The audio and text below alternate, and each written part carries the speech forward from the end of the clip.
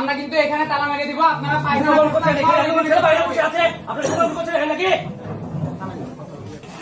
সাংবাদিক যারা আছেন এটা যদি এখনই বন্ধ না করেন আপনাদের সহ আমরা তালা মেরে দিব।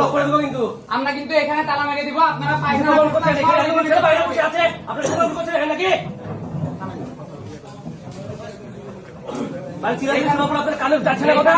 এখনই যদি এটা বন্ধ না করেন আপনাদের সাংবাদিকদের সহ আমরা কিন্তু তালা মেরে দেবো।